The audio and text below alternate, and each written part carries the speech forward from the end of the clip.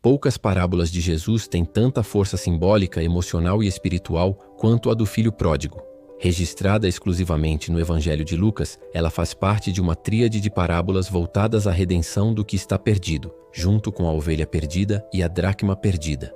No entanto, é na história do filho rebelde que Jesus alcança a mais profunda expressão do amor divino, do arrependimento humano e da resistência do ego. Jesus conta essas 3 parábolas em sequência, e elas não foram contadas ao acaso. O Evangelho de Lucas nos mostra que ele as dirige aos fariseus e escribas, que o criticavam por se associar a pecadores e cobradores de impostos.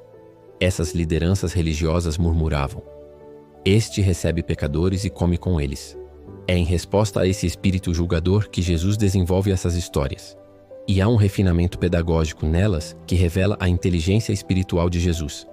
Na primeira parábola, a da ovelha perdida, Jesus apresenta um pastor que, tendo 100 ovelhas, percebe que uma se perdeu. Ele deixa as 99 no deserto e vai em busca da que se extraviou. Quando a encontra, coloca-a sobre os ombros com alegria e chama os amigos para festejar. Aqui, o que se perde é alguém que estava no rebanho, mas se afastou. A ovelha representa aqueles que, por ignorância, fraqueza ou engano, se afastam do caminho, da comunidade, da verdade, estão perdidos fora. A iniciativa do pastor revela essa natureza ativa do amor divino. Ele não espera que o perdido volte, ele vai atrás. E há regozijo no céu por um só pecador que se arrepende. A segunda parábola é a da dracma perdida. Uma mulher tem 10 moedas e perde uma dentro de casa. Ela acende a lâmpada, varre a casa e a procura diligentemente até encontrá-la. E também convida as amigas para celebrar. Aqui, o perdido não está fora, mas dentro. A moeda não se desviou por vontade própria. Ela está perdida no interior da casa, no espaço que simboliza a comunidade religiosa, o templo, o círculo dos que supostamente estão salvos. A dracma representa aqueles que, mesmo dentro da religião, do conhecimento ou da tradição, estão espiritualmente desconectados. Podem ser pessoas aparentemente corretas, mas sem vida interior, sem ligação com o coração da mensagem divina. Então vem a terceira parábola, a do filho pródigo, que magistralmente une os 2 tipos de perdidos. Um filho se perde fora, se afasta do pai, da casa, mergulha na ilusão da liberdade egocêntrica. O outro, ainda que permaneça em casa, nunca realmente conhece o coração do pai. Ele serve, obedece, cumpre, mas sem amor, sem comunhão. Está perdido dentro. Ao finalizar essa terceira parábola com o foco no filho mais velho, Jesus fecha um arco de sabedoria impecável. Essa progressão revela o gênio espiritual de Jesus. Ele começa com uma ovelha que se perde fora, depois fala de algo perdido dentro e finalmente mostra que dentro de uma única casa há os 2, um filho perdido fora e um filho perdido dentro.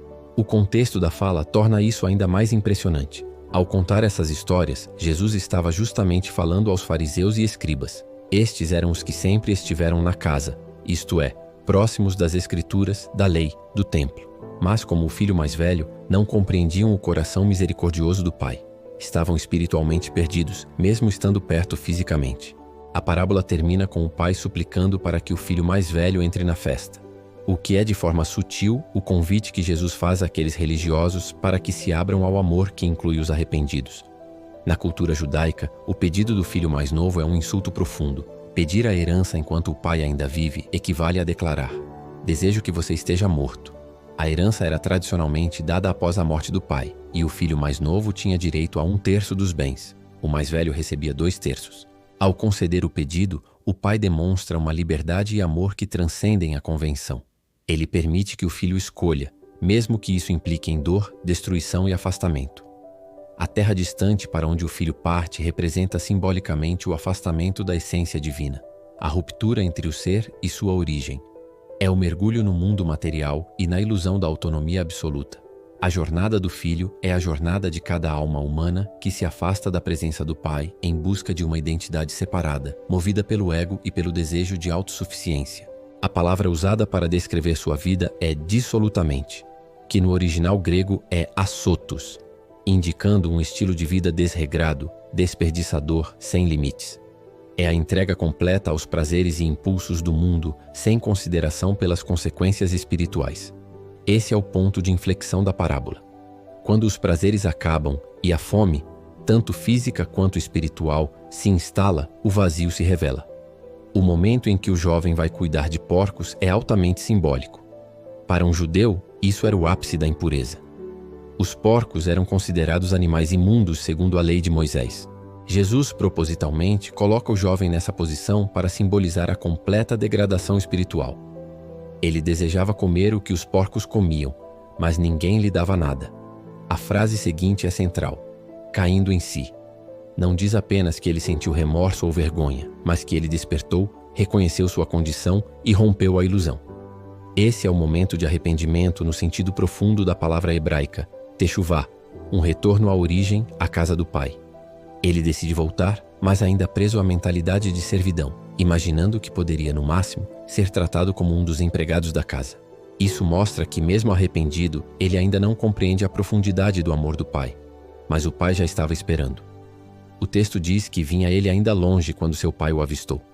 O pai não está indiferente. Ele vê de longe e corre ao encontro do filho. Algo inusitado para um homem da sua idade e posição.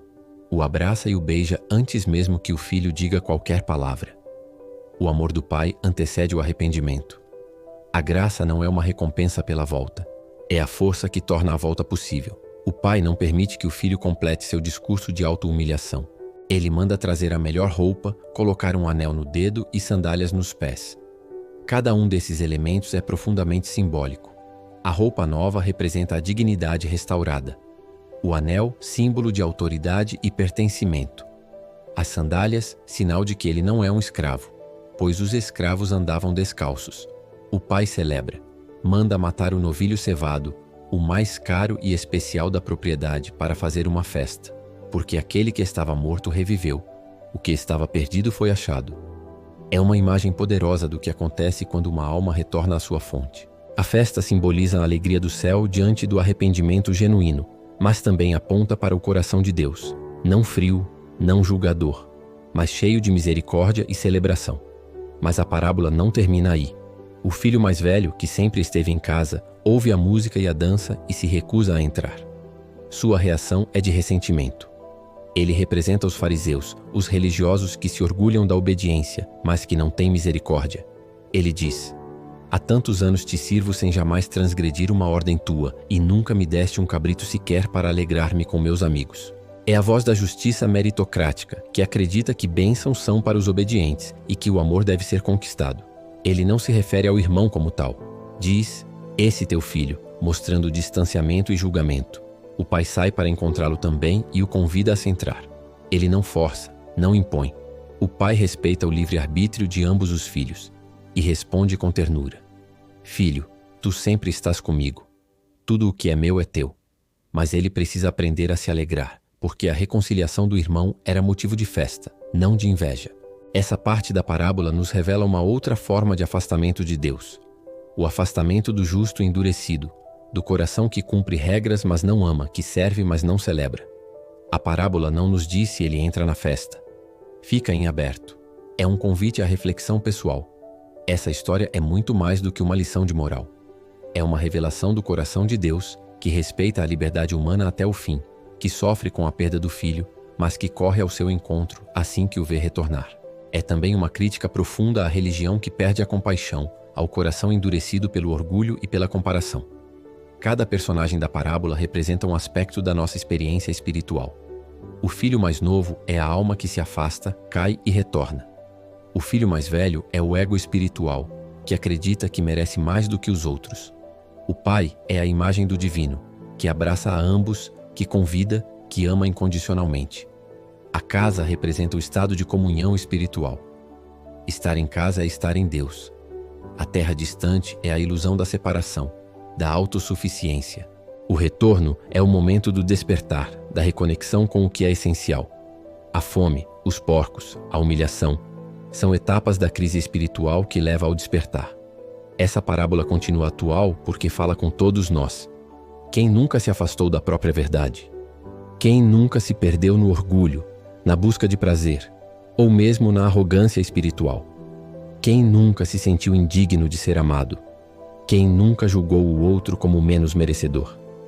A beleza das três parábolas é que elas nos revelam diferentes modos de se perder, e a insistente misericórdia de um Deus que busca, que espera, que convida.